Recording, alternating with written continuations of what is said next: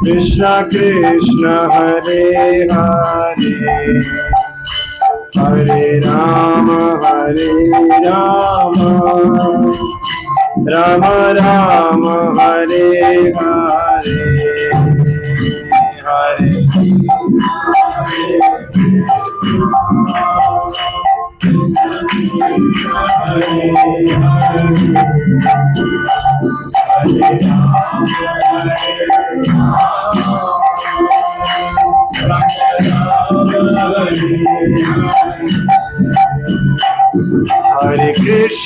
हरे कृष्ण कृष्ण कृष्ण हरे हरे हरे राम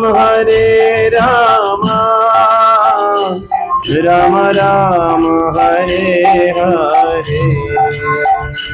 हरे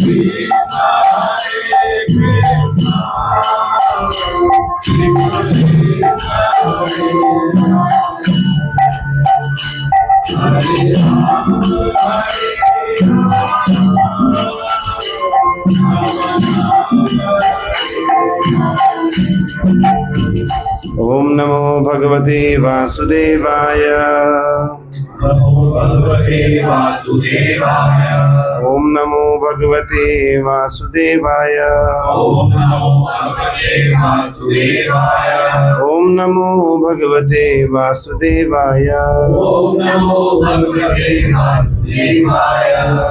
हरे कृष्ण कृष्ण कृष्ण हरे हरे हरे राम राम राम हरे हरे हरे कृष्ण। आप सभी मेरे पीछे दोहराएं। वागीशां यस्य वदने लक्ष्मी यस्य च वक्षसि यस्यास्ति हृदये संवेद तम नरसिंहम् अहं भजे। श्री नरसिंह जय नरसिंह जय जय श्री नरसिंह। प्रहलादीश जय पद्म मुख पद्म भृंग। हरे कृष्ण। आप सभी का हार्दिक अभिनंदन है। आज हम यहाँ पर उपस्थित हुए हैं। आगामी 30 तारीख को जिन भगवान ने का हैप्पी बर्थडे होने वाला है। वैसे तो जन्मदिन एक ऐसे भगवान का जन्म प्राकट्य जब संसार में अन्य जीवों का प्राकट्य होता है उससे बिल्कुल ही क्या है विभिन्न तरीके से। भगवान भगवद गीता में कहते हैं जन्म चे कर्म में दिव्यम जो मैं वेदिति तत्वतः। जो मेरे जन्म और कर्म को क्या समझता है दिव्य समझता है वो मेरे तत्व को जानता है। वास्तविक वेद के तत्व को वही जानता है। पर भगवान कृष्ण जब प्रकट होते हैं तो कैसे होते हैं बाल रूप में प्रकट होते हैं। रामचंद्र प्रकट होते हैं तो बाल रूप में प्रकट होते हैं। और यहाँ पर जब भगवान प्रकट होते हैं तो अनप्लान्ड होते हैं। यहाँ कोई ना उनकी माता होती है ना कोई उनका पिता होता है। भगवान भगवद गीता में कहते हैं कि हे अर्जुन ना तो मेरा कोई पिता है ना मेरी कोई माता है। मैं न मुझे कोई जन्म देने वाला है। मेरा जन्म देने वाला कोई नहीं। तो वहाँ तो भगवान तब भी देवकी और यशोदा के गर्भ से प्रकट होकर दिखाते हैं जिसे कहते हैं हम अप्रकट लीला। भगवान प्रकट होकर भी क्या कर रहे हैं अपने आप को अप्रकट कर रहे हैं।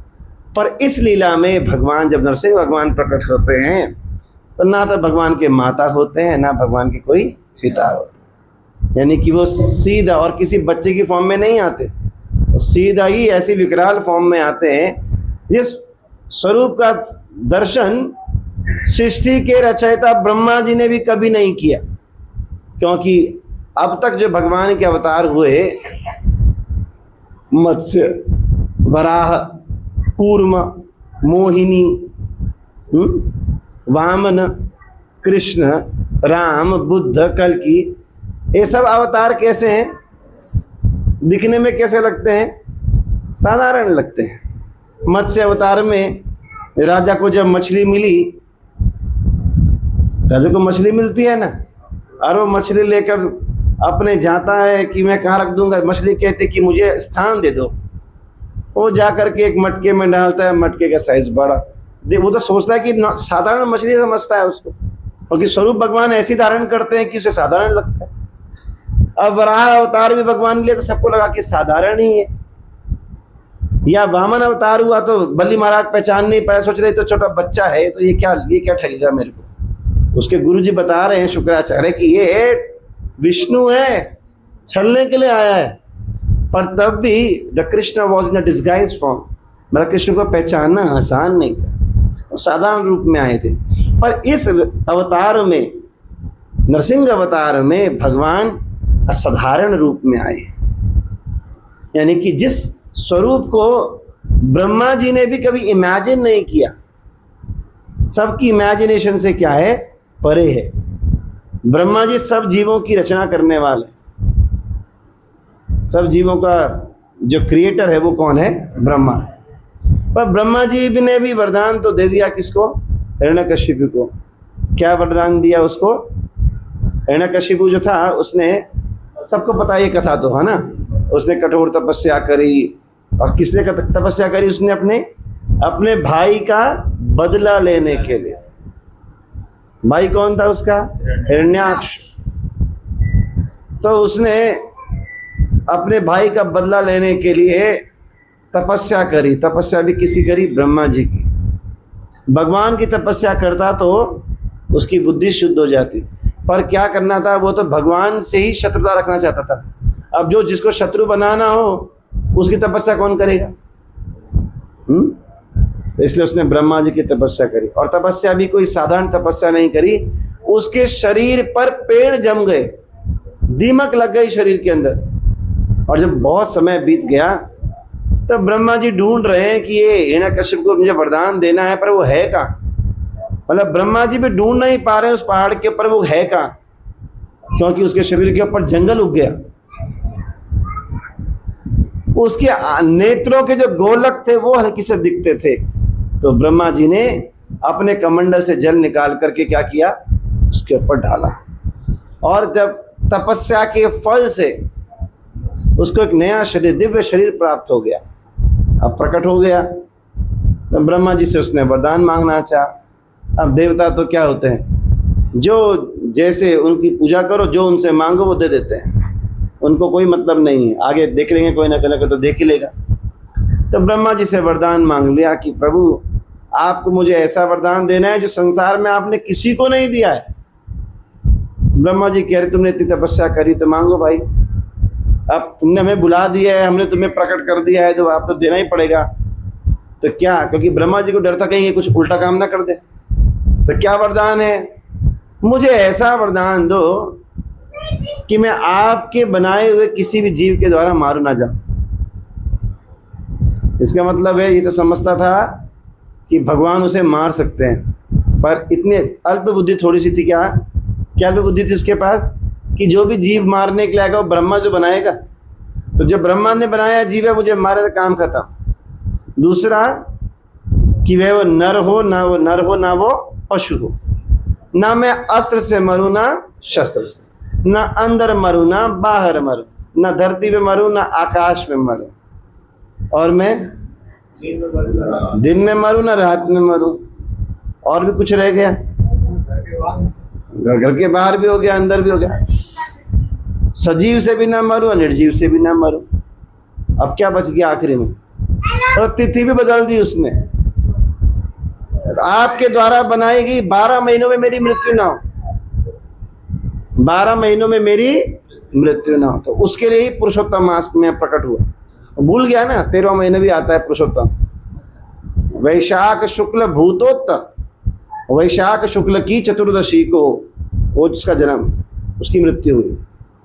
जैसे एक भगवान ने तो एक्स्ट्रा मंथ भी बना देते हैं।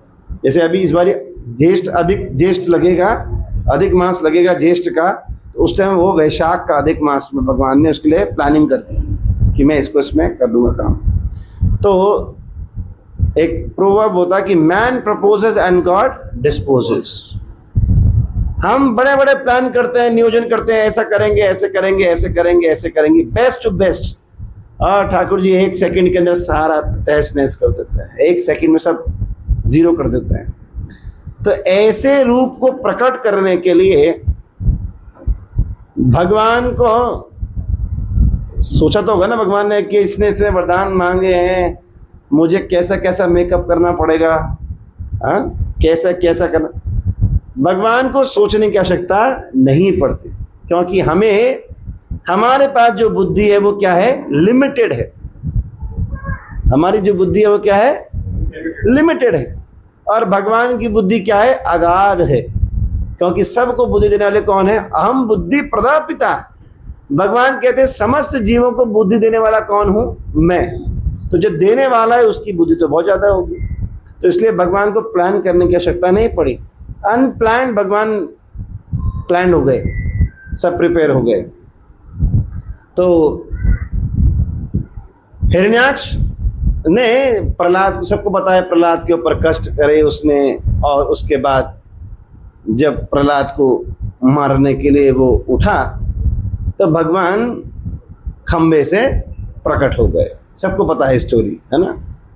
और जब खंबे से भगवान प्रकट हुए, भगवान ने हिरण्यकश्यप का वध करने के लिए भगवान कहाँ ले गए, उसको चौखट पर ले गए। युद्ध करते हुए चौखट पर भगवान ने उसे याद दिला दिया कि देख ले, ना दिन है ना रात है। और उसने कहा कि दिन रात तो नहीं, मैं अंदर बाहर भी नहीं हूँ, फंस गया अब तो मैं। उसने भी सोचा था क्या, फिर मैं धरती और आकाश तो मैंने मांगा हुआ है। तो भगवान ने क्या किया, अपनी जांग ऊपर कर ली। अब एक पाँव धरती पे और भगवान का एक पाँव कहाँ है, हवा में, और तो बीच में देख ले।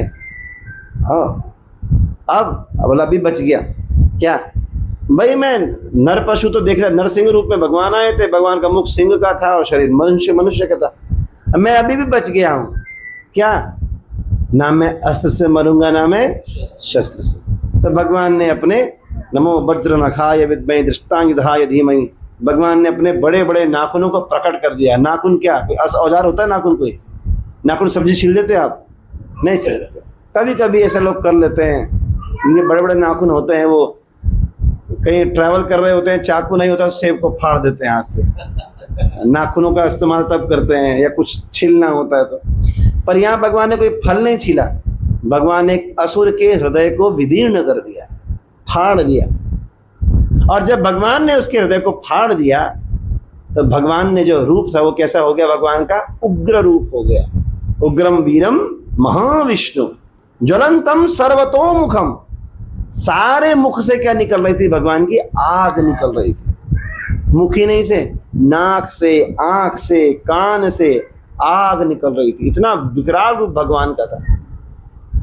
और भगवान जिस तरफ भी देख रहे थे उस तरफ लग रहा था कि वहां अब क्या होगा, बम्बार्डमेंट, वहां बम गिर जाएगा, कोई आग लग जाएगी। तो समस्त देवता उस दृश्य का दर्शन करने के लिए वहां उपस्थित तो हुए थे, जिनमें ब्रह्मा जी, शिव जी, नारद जी, लक्ष्मी, शिवानी यानी कि पार्वती, ब्रह्माणी, इंद्र, कुबेर, नाग, यक्ष, गंधर्व, किन्नर, किम पुरुष, सब लोग इकट्ठे थे उस हिरण्यकश्यप के महल में वो झांकी का दर्शन करने के लिए। पर झांकी का ऐसा दर्शन किसी ने कभी नहीं किया था। अब तक भगवान के सुंदर स्वरूप का दर्शन किया था, अब कोई भी भगवान के सन्मुख जाने की हिम्मत नहीं कर रहा, कोई नहीं जाना। लक्ष्मी को कहा कि आप जाओ। लक्ष्मी कहती है कि मैंने तो अपने पति को कभी इतने गुस्से में देखा ही नहीं, मैं तो हमेशा अपने पति को शांत देखा है। मैं तो उनके पैर दबाती रहती थी हमेशा, वो तो कभी कुछ कहते ही नहीं थे, बस अपना एक हाथ लगाए आराम से एक टक निहारते थे मेरे को। मैंने तो ऐसा विकराल रूप इनका कभी नहीं देखा।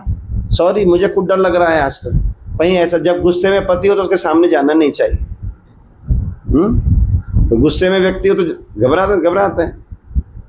तो सब लोग अपने अपने बहाने देने लगे, क्योंकि सबको डर था कि भगवान के पास जाएंगे तो क्या होगा, आज बम्बार्डमेंट हो जाएगी। एक दूसरा भय भी सबको था, क्योंकि सबको पता था कि अगर कोई आगे जाएगा तो भगवान उसे भी छोड़ेंगे नहीं। क्या कारण था उसका? क्योंकि यहां भगवान के भक्त के प्रति अपराध हो रहा था और इतने देवी देवता होते हुए किसी ने भी उस अपराध का विरोध नहीं किया। तो भगवान अपने भक्त का के प्रति कोई अपराध करे वो भगवान को सहन नहीं होता। कौन ते या प्रतिजानाति न मे भक्त्या प्रणश्यति। हे अर्जुन, घोषणा कर दो कि मेरे भक्त का विनाश नहीं होगा। और अर्जुन को क्या कहा भगवान ने? तू इनको क्या मारेगा, इनको मैंने ऑलरेडी ही मार चुका हूं। क्यों? क्योंकि इन्होंने मेरी भक्त द्रौपदी के प्रति अपराध किया है, इसलिए दे ऑलरेडी किल्ड। मैं इनको पहले ही मार चुका हूं, मैंने प्रण ले चुका है कि ये सब मारे जाएंगे। और अर्जुन ने उस विराट स्वरूप में क्या देखा कि वो सारी कौरवों की सेना भगवान कृष्ण के मुख में जा रही है। जैसे चूरा बनता है, क्रशर के अंदर चूरा बनता है, ऐसे सब चूरा बन बन के भगवान के मुख के अंदर जा रहे हैं। तो भगवान ने पहली प्रतिज्ञा भगवान की यही है, प्रथम व्रत माधव यह लीनो, जो मेरे भगत को दुख दे ताको उदर फाड़ो। सूरदास जी कहते हैं अपने एक पद में, सॉरी कृष्णदास जी कहते हैं अपने एक पद में कि मेरा पैर, माधव ने कृष्ण का पहला व्रत है ये कि जो उनके भक्त को दुख देगा वह उसके उदर को फाड़ देंगे, उसके पेट को फाड़ने में देर नहीं लगाएंगे। वह भूल जाएंगे भगवान की वह कितना बड़ा तपस्वी है। क्या है ना कैसे जैसी तपस्या हमने करी है? हम तो एक एकादशी का व्रत भी ढंग से नहीं कर पाते। वो इतने सालों से तपस्या कर रहा था, पर उसकी तपस्या केवल किस लिए थी? तपस्या किस लिए थी? हाँ, बदला लेने के लिए या कुछ प्राप्त करने के लिए। जब लोग स्तुति गाते हैं भगवान के आगे, जो ध्यावे फल पावे, दुख बिन से मन का, सुख संपत्ति धैर्य आवे, कष्ट मिटे तन का। ओम जय जय। हम स्तुति कर रहे हैं भगवान की या धंधा कर रहे हैं? भगवान भी हंसते होंगे कि ये क्या मांग रही है, क्या है, इसको दे दे सब कुछ। इसको कहो कि इसे जो मुझसे मांगना है वो नहीं मांगता, ये सोचता है कि इसके ध्यान करने से मैं इसे क्या दूंगा, इसके शरीर का कष्ट दूर कर दूंगा, इसके मन के विकारों को नष्ट कर दूंगा। अरे ये तो सब चीजें कॉम्प्लीमेंट्री गिफ्ट है। आप टीवी लेने जाते हो तो क्या रिमोट अलग से खरीदना पड़ता है? रिमोट तो गिफ्ट मिलता है, साथ में मिलता है ना रिमोट गिफ्ट। और आजकल तो उसमें शायद उसमें जो चैनल्स लगाने के लिए जो सेटअप बॉक्स, वो भी टीवी वाले फ्री देते होंगे। अब कोई व्यक्ति बोले कि नहीं मुझे तो केवल सेटअप बॉक्स ही चाहिए। अरे सेटअप बॉक्स तो ले लोगे, पर बिना टीवी का क्या करोगे? तो हम शरीर का सुख, आत्मा का सुख, मन का सुख, यह सब सुख तभी सुखी हो सकता है जीव जब उसके पास भगवत रूपी सुख होगा। प्रहलाद महाराज ने ऐसी कोई भी कॉम्प्लीमेंट्री चीज भगवान से नहीं मांगी, इसलिए वो क्या कहलाते हैं? भगवान के शुद्ध भक्त कहलाते। उन्होंने एक बार भी नहीं कहा कि भगवान आओ मेरी रक्षा करो, क्योंकि भगवान का शुद्ध भक्त भगवान पर पूर्णतः शरणागत होता है। वह कहता है मारे कृष्ण राखे की, राखे कृष्ण मारे की। भगवान मेरी रक्षा करेंगे, मुझे ये मरना होगा तो भगवान भगवान मारने वाला, जब जन्म देने वाला भगवान है तो मारना तो भगवान ही है। तो वह पूर्ण शरणागत होता है। ऐसे पूर्ण शरणागत भगवान, शरणागत भक्त की रक्षा के लिए जब भगवान प्रकट होते हैं तो भगवान को शांत कराने के लिए सभी देवता किसके पास जाते हैं? फिर प्रहलाद के पास। श्रीमद् भागवतम 7वां स्कंद अध्याय 9। समग्र देवी देवता प्रहलाद को अप्रोच करते हैं कि हे प्रहलाद, यह अवतार भगवान ने तुम्हारे लिए लिया है, इसलिए अब तुम्हारा कर्तव्य है कि तुम क्या करो? भगवान को स्तुति करो। जो भगवान का शुद्ध भक्त होता है, भगवान किसी भी रूप से डरता नहीं, क्योंकि प्रहलाद ने अब तक भगवान का स्वरूप देखा ही नहीं था। उसे पता ही नहीं था कि भगवान कैसे दिखते हैं। अब जिसको पता नहीं हीरा दिखता कैसे, उसके सामने जो भी लाया होगा तो हीरा समझेगा ना उसको, तो डरेगा थोड़ी ना उससे। इसलिए प्रहलाद महाराज भगवान को देखकर डरे नहीं। उन्होंने सीधा छूते क्या किया, अपने दोनों हाथों को जोड़कर भगवान के चरणों में गिर गए। और जैसे ही गिर के भगवान की स्तुति करी तो क्या हुआ, भगवान की जिन मुखों से ज्वाला निकल रही थी, जिन हाथों से भगवान ने उसको फाड़ा था, भगवान ने उन्हीं हाथों से पिता को फाड़ा है और पुत्र को उसी हाथ से उठा के अपनी गोद में बिठा लिया। ऐसा सब देख के घबरा गए। लोगों को लगा कि लग रहा है अब प्रहलाद को भगवान क्या करेंगे, प्रहलाद को अटैक करेंगे, पर अटैक नहीं, ये तो ऐसा सुपरफिशियल लव तो किसी ने देखा था। भगवान ऐसा विकराल रूप भी इतना प्रेम दे सकता है, जो अब तक जिसमें आग भड़की हुई थी वह इतना शांत और इतना प्रेम वाला विग्रह हो सकता है। यह देखकर सब अचंभित रह गए कि भगवान अपनी जिस जीव से हिरण्यकश्यप का खून पी रहे थे, उसी जीव से उसको चाट रहे। और चाट कैसे रहे, जैसे गैया की जब बछैया हो जाए जन्म, या बछैया लौट के आए कहीं से दूर घूम कर आती, तो गाय क्या करती है, बच्चे को सूंघती है। उसे बोलते हैं पुत्र मुद्रा भी ग्रहणम बोलते हैं उसको। जब कोई पिता दूर से लौटे तो अपने बच्चे के माथे को, तालू को सूंघता था। या गाय अपने बछड़े को, जब गाय चर के आती है तो अपने बछड़े को सूंघती है, उससे उसके जो बछड़े की आयु जो है वो दीर्घ आयु होती है। वह चेक करते कि मेरा बच्चा ठीक ठाक है कि नहीं। तो भगवान भी अपने अपने पुत्र प्रहलाद को चाटने लगे। और जब चाटने लगे भगवान, तो भगवान ने अपना हाथ जो कहाँ रखा, उसके सिर के ऊपर रखा। सिर के ऊपर रखते ही, भगवान का स्पर्श होते ही प्रहलाद महाराज के जीवन में जितना भी कलमष्ट, पहले था ही नहीं कोई, पर जो भौतिक संसार की जो भी चीजें थी वह सब क्या हो गई, शुद्ध से विशुद्ध हो गई। सत्वा विलंब परिसत्व विशुद्ध सत्वम, भगवान ने उसे विशुद्ध बना दिया। क्योंकि भगवान जब स्पर्श करते हैं तो भगवान के स्पर्श करने से जीव की जो मति है वो सुमति हो जाती है। ऐसा उदाहरण कहाँ मिला है, ध्रुव महाराज का चरित्र जब ध्रुव महाराज ने भगवान को क्यों बुलाया था, पिताजी की गोद में बैठने के लिए। तपस्या इसलिए करी कि मैं सुरुचि के गर्भ से जन्म लूंगा, अपनी सौतेली माँ के पेट से जन्म लूंगा, फिर मैं अपने पिता की गोद में बैठ पाऊंगा। तो ये तो क्या हो गया, ये तो निष्काम भक्ति नहीं हुई, ये तो कामिक भक्ति हुई कि भाई भगवान से कुछ चाहता हूं मैं। पर ऐसी भक्ति करी भगवान की कि भगवान प्रकट हो गए। अब भगवान ने कहा इसको दर्शन देने के लिए मैं आ गया हूं, इसने तीछी तपस्या कर दी है, अब तपस्या करके मैं इसके हाथ में झुंझुना पकड़ा के चला जाऊंगा तो ना तो मेरे आने का कोई फायदा होगा, ना इसकी तपस्या करने का कोई फायदा होगा। लोग सोचेंगे कि भगवान की कठोर तपस्या करो और फिर झुंझुना ले लो। हाँ, कोई यहाँ से अमेरिका जाने की इच्छा करे, उसकी इच्छा अमेरिका जाने की, और यहाँ से टिकट वीज़ा भी लगवावे, पासपोर्ट सब कुछ रेडी करके जाए, एयरपोर्ट से टिकट भी ले, बैठ भी जाए प्लेन में, और अमेरिका के एयरपोर्ट पे कहके कहता है कि ओह मैंने अमेरिका देख लिया, चलो वापस। तो क्या उसका जाना सार्थक होगा? उसका सब पैसा भी बर्बाद, समय भी बर्बाद, और उसने देखा भी कुछ नहीं। ऐसे ही जब भगवान ने देखा जब यहाँ मैं इसके लिए आ गया हूँ तो क्या करना चाहिए, अब यह मेरा भक्त है, अब इसका काम था मुझे बुलाना, मेरा काम है इसको अपना बनाना। हाँ? तो भगवान ने क्या किया, ध्रुव को सबसे पहले क्या किया, भगवान ने स्पर्श कराया। किससे? शंख से।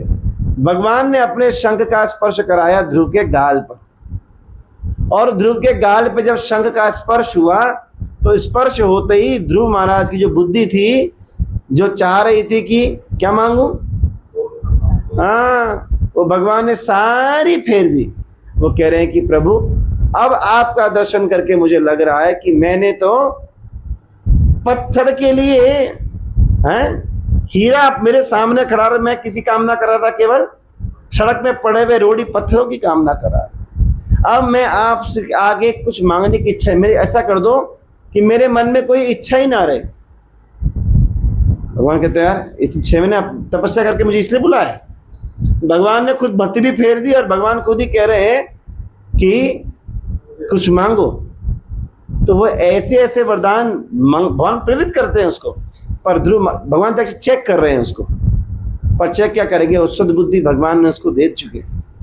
इसीलिए भगवान क्या करते हैं, अपने भक्त क्या करते हैं, पहले स्पर्श करते हैं, क्योंकि भगवान का स्पर्श करने से बुद्धि क्या हो जाती है, शुद्ध हो जाती है। ऐसा ही भगवान का स्पर्श किसको करते हैं भगवान, कौन सी लीला में, गजेंद्र लीला में। गजेंद्र मोक्ष की लीला में भगवान ने ग्राह को हाथ नहीं लगाया, क्योंकि ग्राह ने भगवान की स्तुति करी ही नहीं थी। जो मगरमच्छ था उसको भगवान ने चक्र फेंक के काट दिया, और भगवान के हाथों से मरने के कारण उसको जो अपना पूर्व जन्म था, गंधर्व था ना पूर्व जन्म में, तो वह अपने गंधर्व लोक में चला गया। अपना वो शरीर उसका पूरा हो गया, पर जिस रूप में पहले था उसी रूप में चला गया। पर इस गजेंद्र ने भगवान की क्या करी, स्तुति करी कि भगवान अब इस संकट से मुझे बाहर निकालो, मैं दोबारा इस संसार में आना नहीं चाहता। तो संसार में नहीं आना तो कहां जाना चाहता है, इस संसार में दो ही संसार है, एक ये संसार है और एक भगवान का संसार। तो भगवान कह रहे हैं जब इस संसार में नहीं आना चाहता तो ये कहां आना चाहता है, मेरे पास आना चाहता है। अब ये मेरी ड्यूटी है कि मैं इसको अपने पास कैसे लेके जाऊंगा। हमारे पास भगवान ने फ्री विल दी है हमारे को, हमारी कैसी इच्छा है, स्वतंत्र इच्छा दे रखी है हम सबको। आपकी इच्छा है पूड़ी खाने की, उनकी इच्छा है कचौड़ी खाने की, उनकी इच्छा है रसगुल्ला खाने की, उनकी इच्छा है कि मैं तो फल ही खाऊंगा, वो कहते हैं मैं तो व्रत रखूंगा आज। इस सबको स्वतंत्र इच्छा दे रखी है, भगवान ने किसी को बाधित नहीं करके तुम्हें यही खाना है। अब वो स्वतंत्र इच्छा में दे रखी है तो हम उस हिसाब से लगे हुए हैं। पर जब हम भगवान के तंत्र में हो जाते हैं, भगवान परतंत्र हो जाते हैं, यानी भगवान के अधीन हो जाते हैं, तो फिर किसकी ड्यूटी बनती है खिलाने की, भगवान। जब तक हम स्वाधीन रहते थे भगवान कहते हैं फिर अपनी मर्जी की चलाओ भाई। पर जब हम भगवान के अधीन हो जाते हैं तो भगवान प्लान करते हैं कि वो कैसे हमें अपने पास ले जाएंगे, वो भगवान का काम होता है। जैसे हम प्रहलाद महाराज ने नवदा भक्ति बताई है, क्या क्या, श्रवणम कीर्तनम स्मरणम, फिर श्रवणम कीर्तनम विष्णु स्मरणम पाद सेवनम, भगवान के चरणों की सेवा करना, फिर अर्चनम वंदनम दास्यम साख्यम आत्म निवेदनम। 9 प्रकार से भगवान की भक्ति होती है, श्रवण कीर्तन स्मरण करना। और जो हम 9 लिम्स ऑफ भक्ति बताते हैं, जब भक्ति में हम स्टेप्स बताते हैं, भक्ति के पद कैसे भक्ति में आगे बढ़ते हैं, प्रेमा भक्ति की ओर बढ़ते हैं, तो उसमें सबसे पहले क्या होता है, आदो श्रद्धा। हम सबके मन में क्या होनी चाहिए भगवान के लिए, श्रद्धा। उस श्रद्धा के बिना कोई किसी कोई भक्ति नहीं कर सकता, क्योंकि आप सबके मन में श्रद्धा है, इसीलिए आप यहाँ पर आए हो। श्रद्धा नहीं होती तो अपने घर में बैठे होते हैं, कहीं बाबा जी लोग ताश खेल रहे होते, यही तो होता है। जिसके मन में श्रद्धा है वही भगवान के घर में बैठता है, नहीं तो कहीं पीछे बैठ के घर में बैठ के इंस्टाग्राम की रील चला रहे होते। तो आदो श्रद्धा तथो साधु संगात, और दूसरा क्या होता है, साधु संग करना होता है। और फिर तीसरा भजन क्रिया, सब भजन करते हैं, हरे कृष्णा कृष्णा कृष्णा हरे हरे, हरे राम राम राम। और भजन क्रिया के बाद क्या होती है, अनर्थ की निवृत्ति, यानी हमारे जीवन में जो अनर्थ है उनका नाश करना। ये 4 स्टेप जो हैं, इस पे हमें काम करना होता है। उसके आगे 5 स्टेप और हैं। अनर्थ निवृत्ति के बाद क्या है, निष्ठा, फिर रुचि, फिर आसक्ति, फिर भाव और फिर प्रेम। भाव की जागृति है, फिर प्रेम होना भगवान से। तो हमें केवल 4 पे काम करना होता है, श्रद्धा, साधु संग, भजन और अनर्थ की निवृत्ति।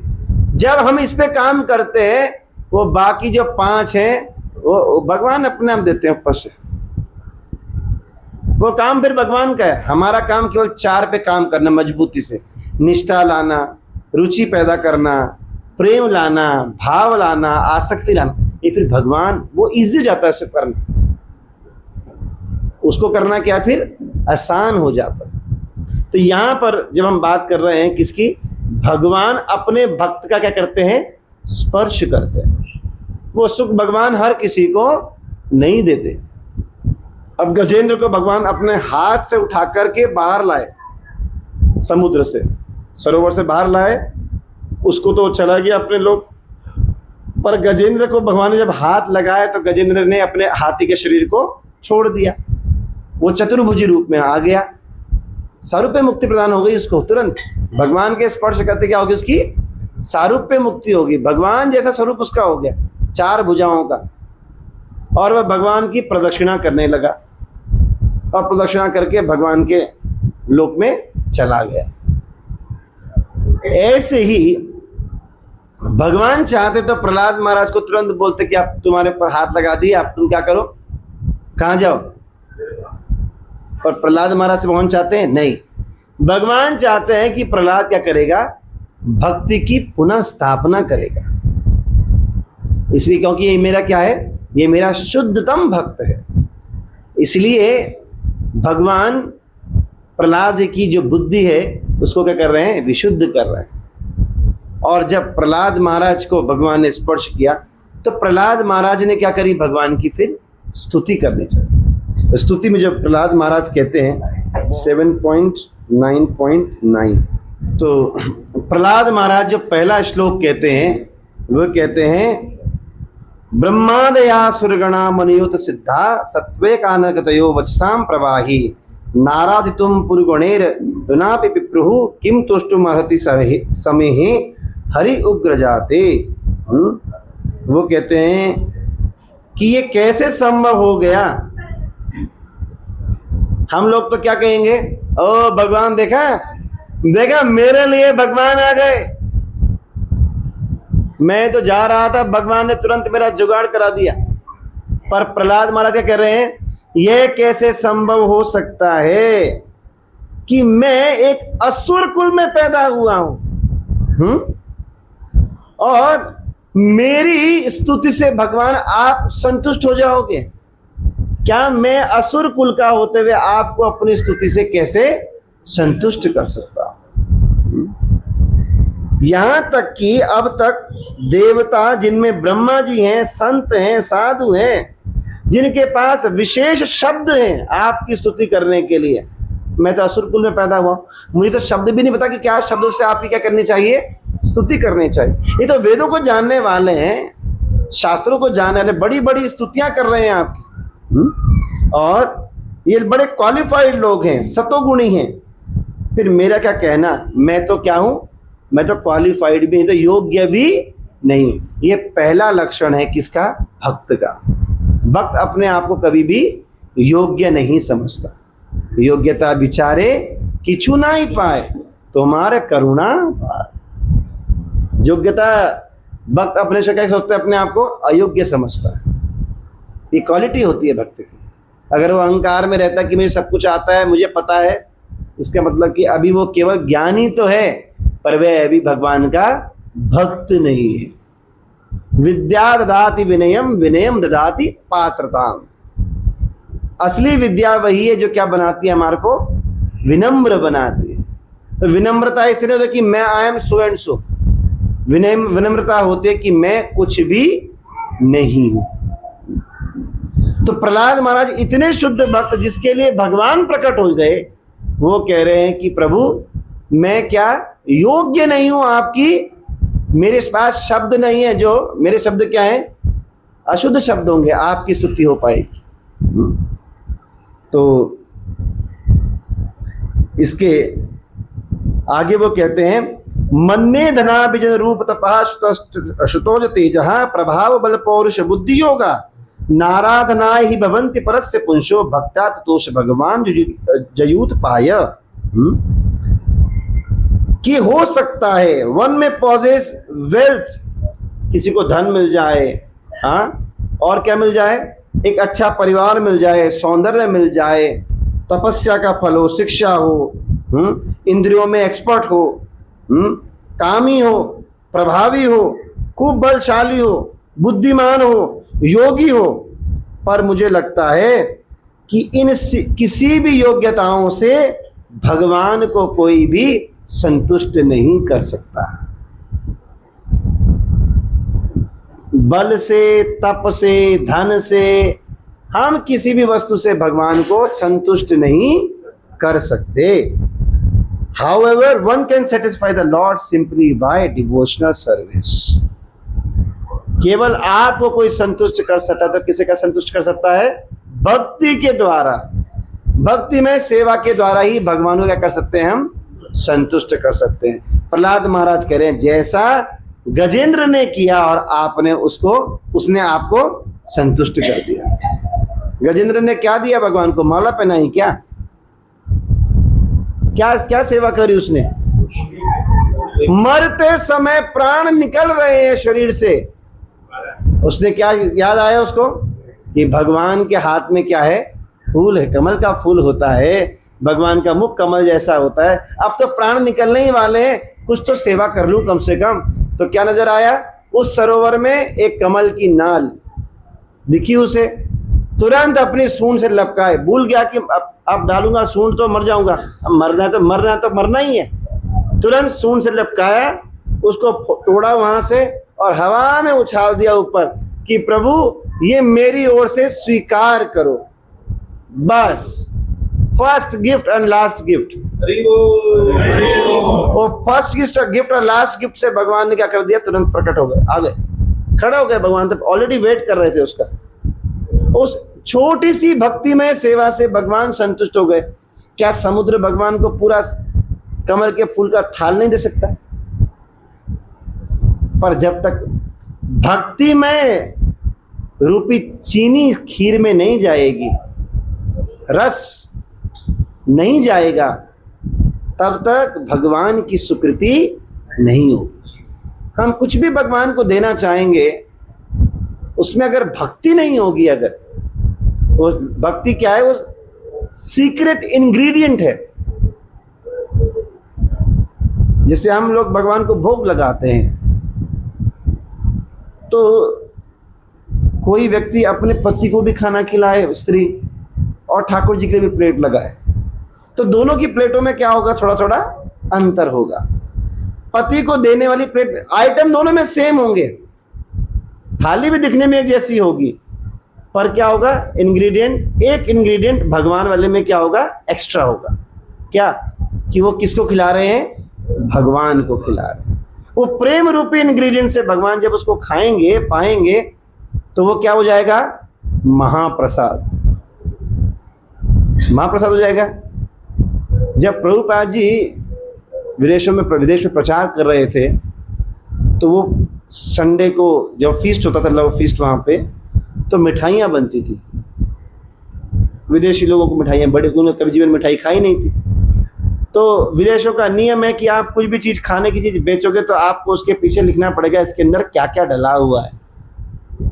हमारे यहाँ तो मिठाई का डब्बा हम लाते हैं, तो उसमें डब्बा होता है बस पुरानी मिठाई है, काम खत्म, और हम आराम से खाते हैं। तो वहाँ बेसन के लड्डू बनते थे और एक मिठाई तैयार की गई जिसका नाम क्या था? Simply wonderful. उसके नाम नहीं था कुछ ऐसे, वो एक्सपेरिमेंट से बनाई गई मिठाई। मिल्क पाउडर जो होता है उसमें, उसके अंदर किशमिश डाल दी गई और मक्खन का रोल बना के, क्रीम का मक्खन का रोल बना के उसके अंदर दूध, बाहर से दूध चिपका दिया, दूध के पाउडर में गोला बना दिया और सिंपली लड्डू बना दिया उसके। उसका नाम रख दिया गया, ये खाने में मुंह डालते घुल जाता है, इसलिए इसका नाम क्या रख दिया? Simply wonderful. अब भगवान को बोल के प्रसाद बिकने लगा। अब इंग्रेडिएंट्स में उन्होंने लिख दिया सब कुछ, जो जब डाला था भाई, मिल्क सॉलिड और बटर, ड्राई फ्रूट्स, शुगर, सब लिख दिया। अब जब लोगों ने अपने घर में बनाना चाहा तो उनसे बना ही नहीं। तो उन्होंने प्रभुपाद जी से पूछा कि Prabhupada, we tried at our home but we didn't get the same taste. Prabhupada ने कहा कि because one ingredient is missing. बोला क्या आपने लिखा नहीं? बोला वो हम लिखेंगे तो तुम लेके नहीं जाओगे। बोला क्यों? बोला दैट इज, वो क्या है, कृष्ण की लार है। भगवान की लार है। भगवान की लार कोई थूक लेके जाएगा क्या? अब विदेशी लोगों को वो तो समझना भगवान की लार क्या है। तो वो जब हम भगवान को धराते हैं, भोग धराते हैं, तो भगवान उसे अपने होठों पर लगाते हैं, और भगवान जब उसे पाते हैं तो भगवान का जो लार है वो उसमें मिल जाती है, जिससे उसका स्वाद जो है कई गुना बढ़ जाता है। यही है टॉप सीक्रेट इंग्रेडिएंट इसका इंग्रेडिएंट जो है छुपा हुआ वो ये है। ये हम किसी को बताते नहीं है, ये हमारी क्या है, रेसिपी, छुपी हुई रेसिपी है। तो ऐसा भगवान को जब दिव्यता से हम जब भोग धराते हैं, तो जो भक्ति है वो क्या है, ये सीक्रेट इंग्रेडिएंट है। कुछ भी दे रहे हैं भगवान को, अगर भक्ति में नहीं दे रहे तो सब क्या है, व्यर्थ है। भगवान भगवत गीता में क्या कह रहे हैं? पत्रम पुष्पम फलम तोयम यो में भक्त्या प्रेक्षति। कैसे देता है मुझे?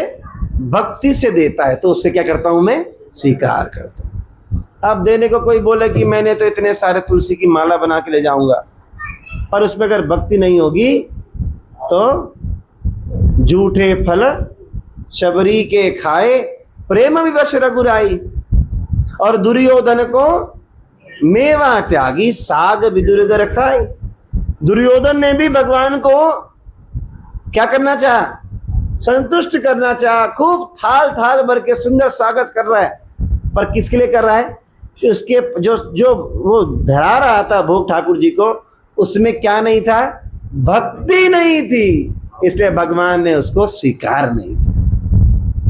और जब विदुरानी के घर में गए तो क्या था, कुछ भी नहीं घर में। भगवान कह रहे भूख लगी है, जल्दी कुछ खिलाओ, तो क्या पड़ा है, कुछ नहीं, साग में नहीं है, वो केले का, कच्चे केले तोड़ के निकाल के रखे हैं, पके भी नहीं।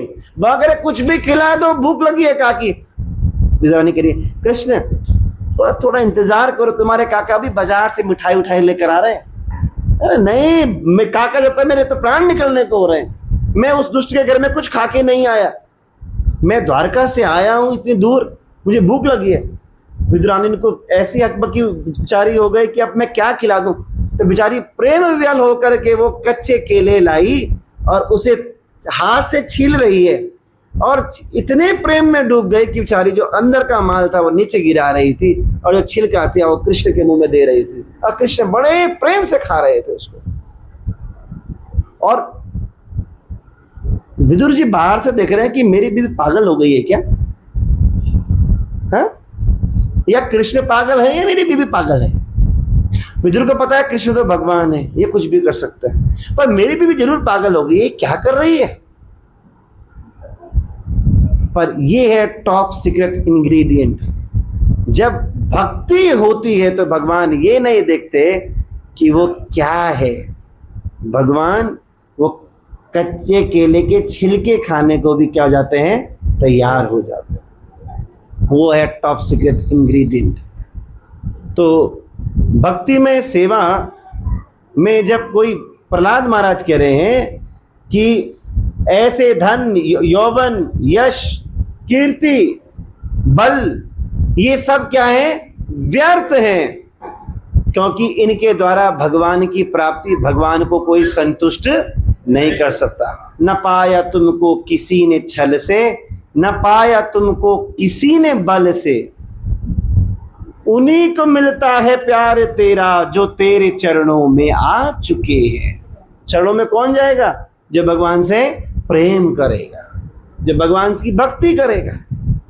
जो भगवान की भक्ति नहीं करेगा वो भगवान के चरणों जाना चाहेगा, वो बोलेगा भगवान धन दे दो,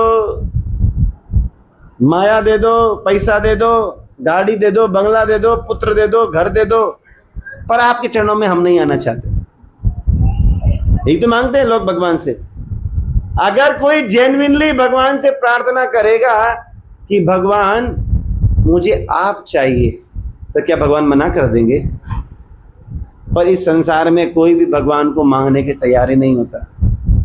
हम तो मंदिर में इतने सालों से पुजारी सेवा करते थे, अभी भी करते हैं।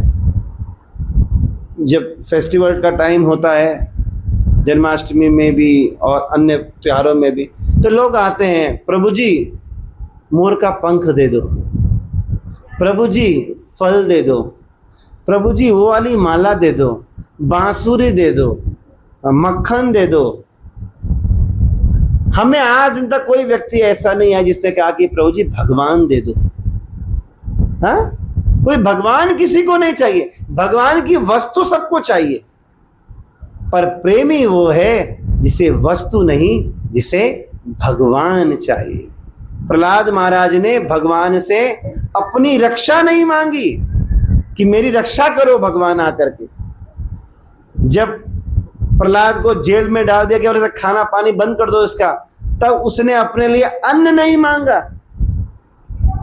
उसने भगवान से पानी नहीं मांगा, उसने भगवान से ये नहीं कहा कि भगवान मुझे इस जेल से छुटकारा दिला दो, नहीं, उसने कहा भगवान आपने मुझे जिस स्थिति में डाला हुआ है, जहां डाला हुआ है, मैं एक ही चीज चाहता हूं कि मैं केवल आपका सतत कीर्तन करता रहूं, जैसी भी परिस्थिति में रहूं। ग्रहे थाको वने थाको, सदा हरि बोले डाको, सुखे दुखे भूले ना को। घर में जंगल में कहीं भी रहूं, सुख में रहूं दुख में रहूं, कैसे भी रहूं, क्या करता रहूं, आपका नाम का कीर्तन करता रहूं। तो प्रहलाद महाराज की स्तुति की जो प्रार्थनाओं के जो दो श्लोक हैं, ये बताते हैं कि हमें किस भावना से भगवान की स्तुति करनी चाहिए। नरसिंह भगवान के लोग प्रार्थना क्यों करते हैं? वैसे लोग हम सब सोचते हैं, गाड़ी में बैठते हैं, नरसिंह भगवान हमारे को किससे बचा देंगे? एक्सीडेंट से। ये सोचते हैं ना, नरसिंह भगवान हमारे एक्सीडेंट से बचाएंगे, बीमारी लग गई तो नरसिंह भगवान की पूजा करेंगे, यज्ञ करेंगे। अरे बीमारी हमने खुद पकड़ी है भाई।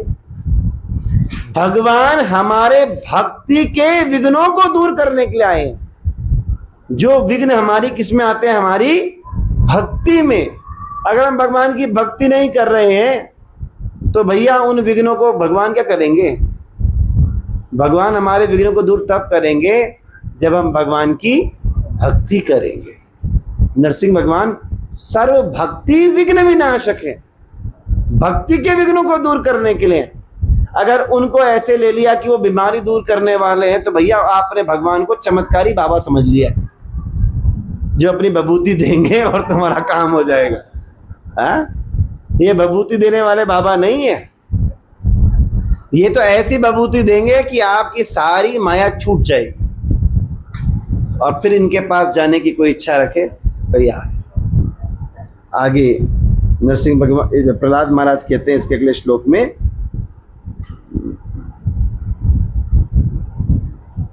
नेवात्मना प्रभुरयम निजलाप पूर्णो मानम जनार्विश्व कर्णम प्रणीते यद जनो भगवते विदित मानम तच्चात्मने प्रतिमुखस्य था मुखश्री। The Supreme Lord, the Supreme Personality of God is always fully satisfied in Himself. कि भगवान तो अपने आप में ही संतुष्ट हैं, क्योंकि जितनी भी वस्तुएं किसने भगवान ने बनाई हैं। अब भगवान अपनी वस्तु से कैसे संतुष्ट हो सकते हैं? हाँ, भगवान को कोई संतुष्ट कर सकता है? वो कुछ जो संसार को संतुष्ट करने वाले हैं, हम उन्हें कैसे संतुष्ट कर सकते हैं? तो प्रहलाद महाराज कहते हैं, therefore when something is offered to him, the offering by the Lord mercy is for the benefit of the devotee. जो हम भगवान को अर्पण करते हैं उससे भगवान का कोई फायदा नहीं होता। क्या फूल देने से भगवान को कोई फायदा होगा? पूरा बगीचा भगवान का अपना है। वो किसके लिए होता है? वो जो भी अर्पण करते हैं उससे भक्त का ही फायदा होता है। हम जो भगवान को भोग धराते हैं उससे भगवान को कोई फायदा नहीं होता। फायदा किसका होता है? भक्त का फायदा होता है। और तो अगर कोई किसी अपना चेहरा सजाए और उसको किस में देखे? शीशे पे देखे, आईने में देखे, तो शीशा भी सज जाता है ना। तो ऐसे ही जो कुछ भी हम भगवान को देते हैं वास्तविकता में वो क्या होता है? कहीं गुना होके हमें ही मिल रहा होता है। हम भगवान को क्यों धराते हैं? भगवान से प्रेम बढ़ाने के लिए। और प्रेम किसका बढ़ रहा है? भगवान का। हमारा प्रेम भगवान से बढ़ रहा है। हम सोच रहे हैं भगवान दे रहे, भगवान को नहीं दे रहे, हम अपने आप को, अपने लिए ही दे रहे हैं उस वस्तु को। तो जैसे कोई छोटा बच्चा को जो पॉकेट मनी मिलती है स्कूल जाने के लिए, या स्कूल में कैंटीन में कुछ खाने के लिए 10 रुपये या 5 रुपये, तो बच्चा उस पैसे को क्या करता है? संभाल के रखता है। जब मम्मी का या पापा का बर्थडे आता है तो वे उन्हीं पैसों में से कुछ गिफ्ट ले आता है। एक फूल ले आए या चॉकलेट ले आए या कुछ भी अपने माता पिता के लिए क्या लेके आता है? एक गिफ्ट लेकर आता है। तो पैसे किसने दिए थे उसको? माता पिता नहीं देते। उन माता पिता के ही पैसों के एक अंश से उसने अपनी प्रेममयी सेवा से अपने माता पिता को संतुष्ट करना चाहता है कि mummy today is your birthday, happy birthday to you. तो माँ क्या होती है? प्रसन्न हो जाती है। तो फायदा किसका होता है? माँ का फायदा होता है, बच्चे का होता है? क्योंकि प्यार किसको मिलेगा ज्यादा? बच्चे को, जो उसी की वस्तु से उसको संतुष्ट करना चाह रहा है। तो फायदा किसका है? जो संतुष्ट करने वाला है उसका फायदा है।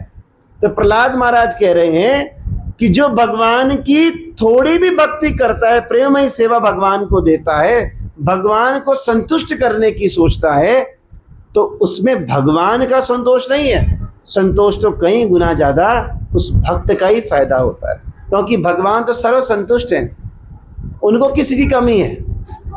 क्या हम भगवान को खिला सकते हैं? क्या भगवान को संतुष्ट कर सकते हैं? जब भगवान कह रहे हैं सहस्त्र शीर्षा पुरुषः सहस्त्राक्ष सहस्त्रपाद, भगवान के 1000 सिर हैं, 1000 मुख हैं, 1000 पैर हैं, हम कौन से सिर को पैर संतुष्ट करेंगे? चंद्रमा मनसो जाता चक्षो सूर्यो अजायता मुखाद इंद्रास अग्निश्च, जिनके मुख से अग्नि प्रकट होती है, सूर्य चंद्रमा जिनके नेत्र हैं, क्या उसको संतुष्ट कर सकते हैं हम? हाँ, हम जब उसके स्वरूप को देखकर कोशिश करते हैं, थोड़ी सी भी वस्तु से उसको संतुष्ट करने की कोशिश करते हैं, तो भगवान क्या हो जाते हैं? हमसे संतुष्ट हो जाते हैं। और यस्मिन तुष्टा जगत तुष्टा, उनको संतुष्ट करने से क्या होता है? संसार तुष्ट हो जाता है। पर हम क्या सोचते हैं? संसार के लोग क्या सोचते हैं? किसको संतुष्ट करना चाहते हैं? संसार को। संसार संतुष्ट होता है कभी? मोस्ट एक्सपीरियंस ज्यूरीज है, एक्सपीरियंस लोग बैठेंगे, सफेद बाल सफेद हो गए, क्या संतुष्ट संसार में कोई हुआ? माता पिता सोचते हैं, जो रिसेंटली माता पिता बनते हैं वो सोचते हैं हमारे माता पिता ने हमारे लिए इतना अच्छा नहीं किया, हम अपने बच्चों के लिए बहुत अच्छा करेंगे। यानी कि आप अपने माता पिता से संतुष्ट नहीं थे और अब आप सोच रहे हो कि अब अपने बच्चों से क्या हो जाओगे? संतुष्ट। आपके बच्चे आपने हमारे लिए किया ही क्या है? वही बच्चे आपको बोले कि आपने हमारे लिए किया ही क्या है? पत्नी पति से कभी संतुष्ट नहीं होती, पति पत्नी से संतुष्ट नहीं होता, मित्र मित्र से संतुष्ट नहीं होता। हाँ, सब संसार में क्या है? एक दूसरे से क्या है? असंतुष्ट है। इसलिए संसार को संतुष्ट करना भी एक कपटपूर्ण व्यवहार है, कपटता है ये, क्योंकि आप संसार में किसी को संतुष्ट कर ही नहीं सकते। अगर आप अपनी हड्डियां भी निकाल के दे दोगे ना, किसी को हड्डियां भी दे दोगे, तो भी वो सोचेंगे कि इसके मांस में से जरूर कुछ ना कुछ रह गया होगा, इसलिए मांस नहीं दिया, हड्डी हड्डी दिए।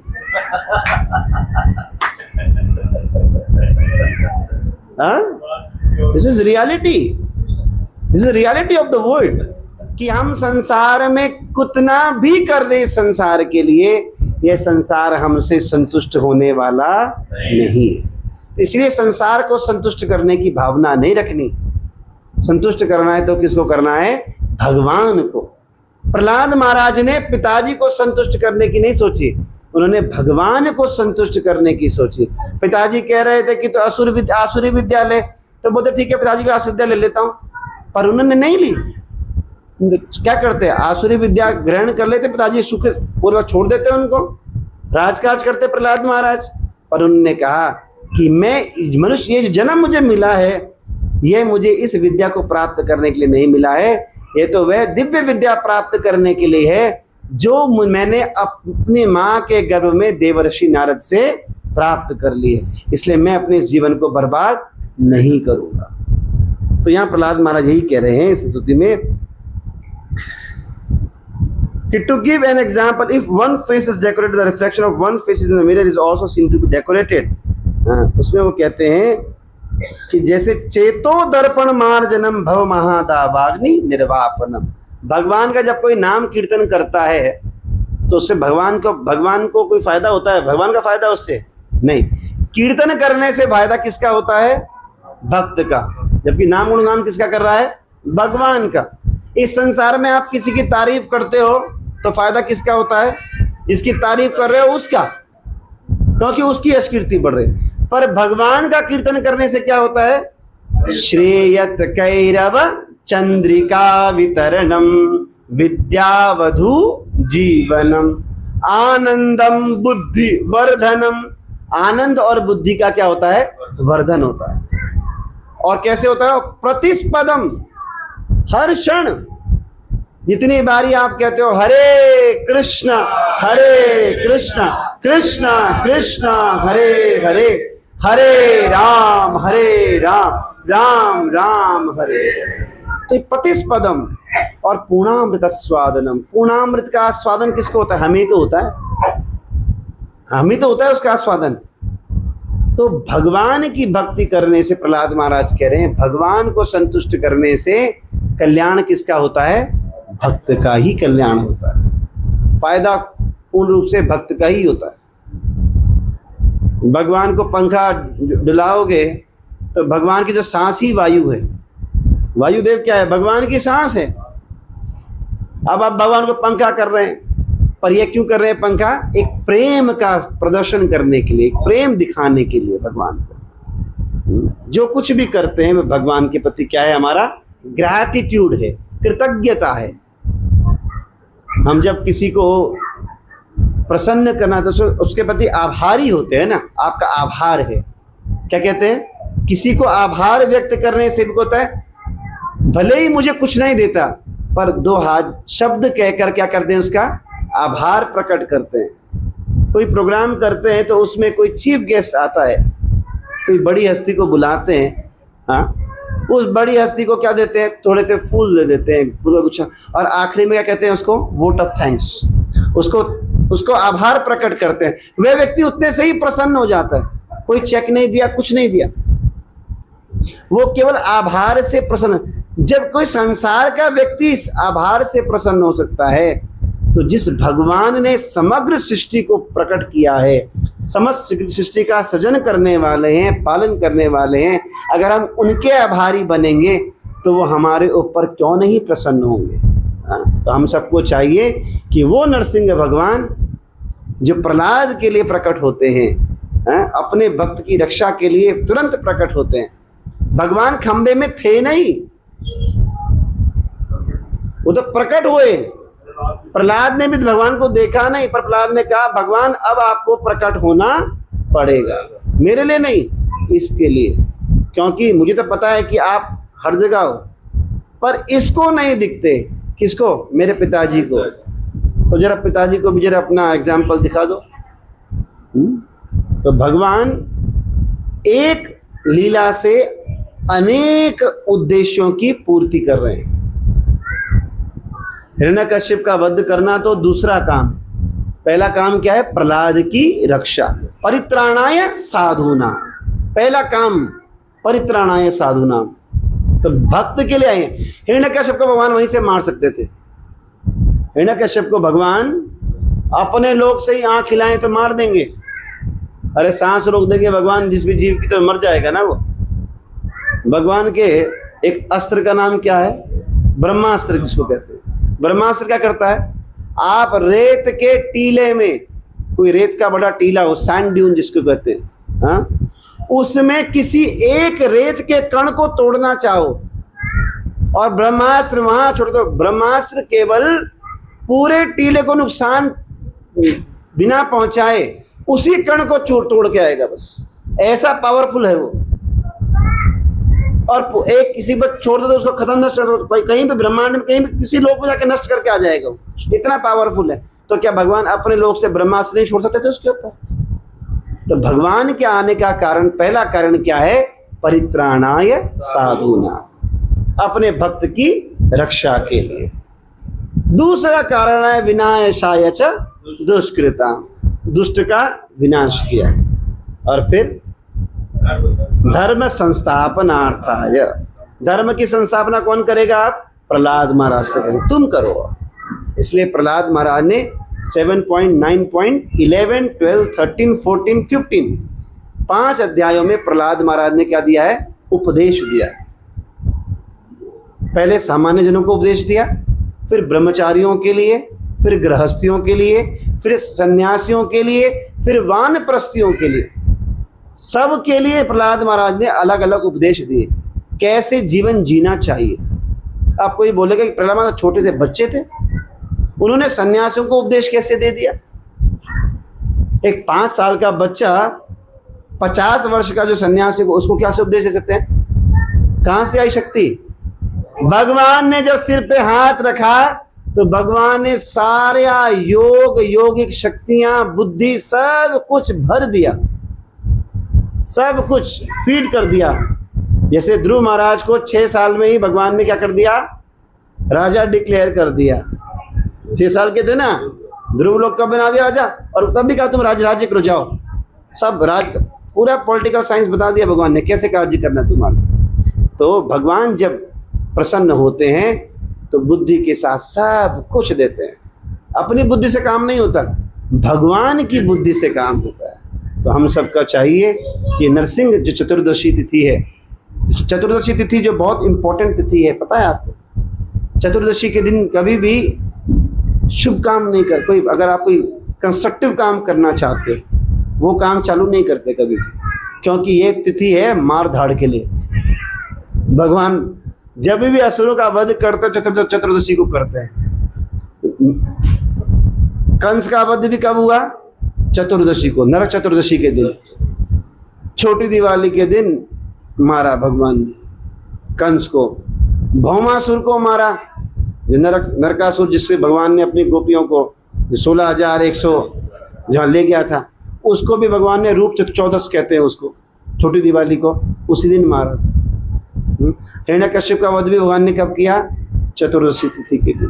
तो चतुर्दशी तिथि एक्चुअली में ज्योतिषी में चतुर्दशी तिथि किस लिए बताई गई है?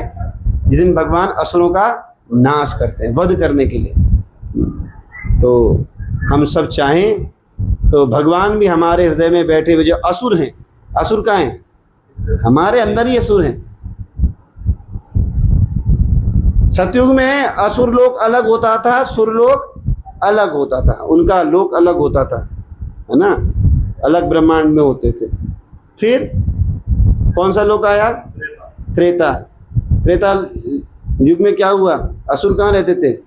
ऊपर, और सुर नीचे। तो राम जी ताड़का का वध, नीचे नहीं आता था, ऊपर थे काम तमा, लंका में रह रहे हैं असुर दूर। फिर आया कौन सा युग? द्वापर। तो कहाँ रहने लगे? मनुष्यों के बीच में, सुर और असुर एक साथ। कंस भेज रहा है किसी को, कभी किसी को, कभी किसी को। और कलयुग में कहाँ रहते हैं? सुर असुर एक ही शरीर के अंदर रहते हैं। हमारे अंदर सुर भी बैठा है और असुर भी। तो जिस आसुरी प्रवृत्ति से हम भगवान से दूर जाते हैं और दैवीय प्रवृत्ति से भगवान के नजदीक जाते हैं, तो उस आसुरी संपत्ति का त्याग करना है और दैवी संपत्ति को संभालना है। यह नरसिंह भगवान, जैसे आपने उस असुर हिरण्यकश्यप का वक्ष विदीर्ण करके प्रहलाद को प्रेम दिया है, हे नरसिंह भगवान, हमारे हृदय में भी अनेक अनेक प्रकार के हिरण्यकश्यप बैठे हुए। हिरण्यकश्यप मतलब क्या है? हिरण्य मतलब क्या होता है? सोना। सोना, हिरण्य मतलब होता है सोना, गोल्ड, और सोना भी है। और कशिपु मतलब होता है बिस्तरा, कंफर्ट, बिस्तर। तो जिस व्यक्ति को सोना पसंद हो और सोना पसंद हो, सोना भी पसंद हो और सोना भी पसंद हो, हम सबको पसंद यही है। कैसा कौन व्यक्ति से सोना पसंद नहीं है? हैं? हम सब लोगों को सोना भी पसंद है और माताओं को तो बहुत पसंद होता है। वो तो सरकार की भलाई है कि सरकार ने रेट बढ़ा दिए, 1.5 लाख कर दिया है। सोना सबको पसंद होता है, पर ऐसा सोना भक्तों को पसंद नहीं है, क्योंकि भक्ति सोने के लिए नहीं है, भक्ति जागने का विषय है। अनेक जन्मों से सोए हुए थे, अब तो जागने की बेला है, क्योंकि अब जाग गए तो जाग गए। या निशा सर्वभूतानां जागृतियां च संयमी। संयमों के जो संसारी लोगों के लिए रात होती है, भक्तों के लिए वो सुबह होती है। संसारी लोग कब सोते हैं? 12:30, 1:30, 2 बजे सोते हैं, और भक्त लोग 2:30-3 बजे उठ जाते हैं, क्योंकि वो समय क्या करना होता है, उन्हें भजन करना होता है। तो भक्तों को चाहिए कि हमें न ऐसा सोना चाहिए न ऐसा सोना चाहिए, हमें तो क्या चाहिए? हमें असली सोना चाहिए। असली सोना कौन है? भगवान। सोनार गौरांग। चैतन्य महाप्रभु का रंग कैसा है? सोना है। वो सोनार तप्त कांचन, और राधा रानी कैसी है? तप्त कांचन गौरांगी, वो सोने जैसी है। हे राधा रानी, आप हमारे पर कृपा करें। हे श्याम सुंदर, आप हमारे पर कृपा करें। ये सोना है हमारा वास्तविक सोना कौन है? भगवान है।